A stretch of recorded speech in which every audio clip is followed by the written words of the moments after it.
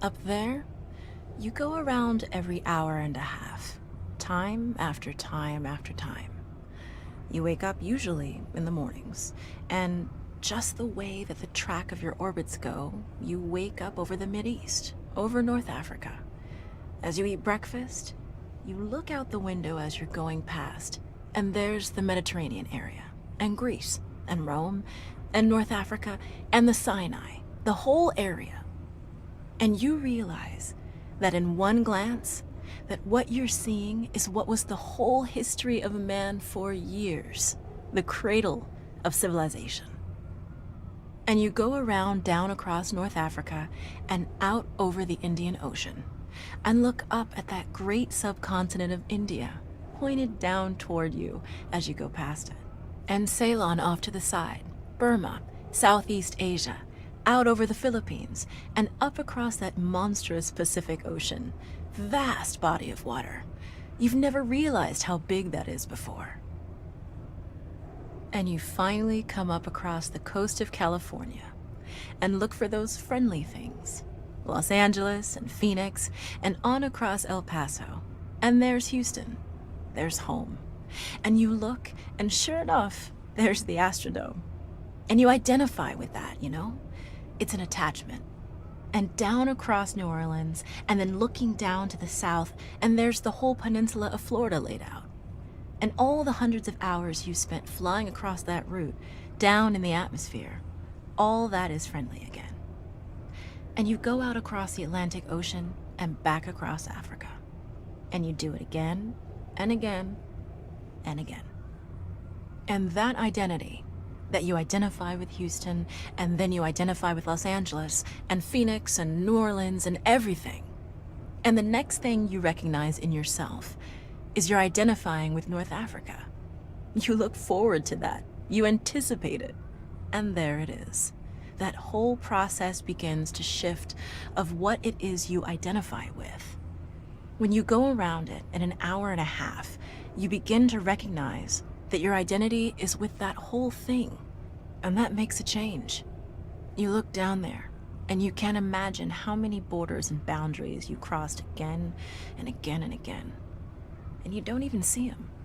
At that wake-up scene, the Mideast, you know there are hundreds of people killing each other over some imaginary line that you can't see. From where you see it, the thing is a whole, and it's so beautiful. And you wish you could take one from each side in hand and say, look at it from this perspective. Look at that. What's important? And so a little later on, your friend, again those same neighbors, another astronaut, the person next to you goes out to the moon. And now he looks back and sees the Earth not as something big where he can see the beautiful details, but he sees the Earth as a small thing out there. And now that contrast between that bright blue and white Christmas tree ornament and that black sky, that infinite universe, really comes through. The size of it, the significance of it, it becomes both things. It becomes so small and so fragile, and such a precious little spot in that universe that you can block it out with your thumb. And you realize that on that small spot, that little blue and white thing is everything that means anything to you. All of history and music and poetry and art and war and death and birth and love, tears, joy, games, all of it is on that little spot out there that you can cover with your thumb. And you realize that that perspective, that you've changed. That there's something new there. That relationship is no longer what it was. And then you look back on the time when you were outside on that EVA and those few moments that you had the time because the camera malfunctioned, that you had the time to think about what was happening. And you recall staring out there at the spectacle that went before your eyes. Because now, you're no longer inside something with a window looking out at a picture. But now you're out there. And what you've got around your head is a goldfish bowl, and there are no limits here.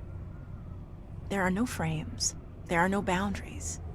You're really out there, over it, floating, going 25,000 miles per hour, ripping through space, a vacuum, and there's not a sound.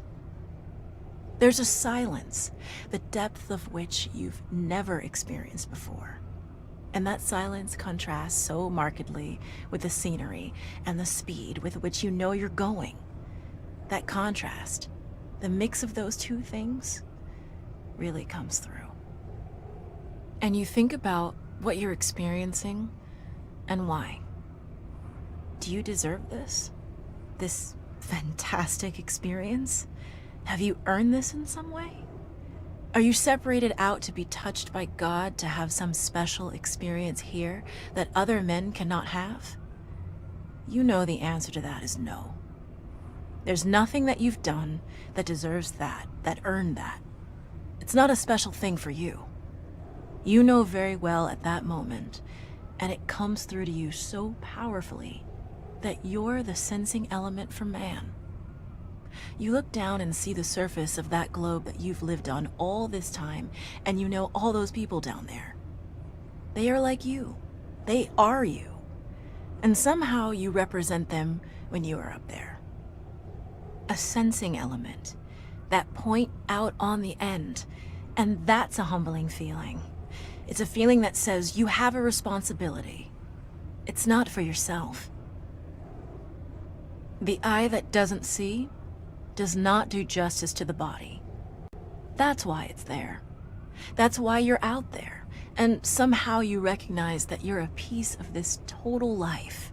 You're out on that forefront and you have to bring that back somehow. And that becomes a rather special responsibility. It tells you something about your relationship with this thing we call life. And when you come back, there's a difference in that world now.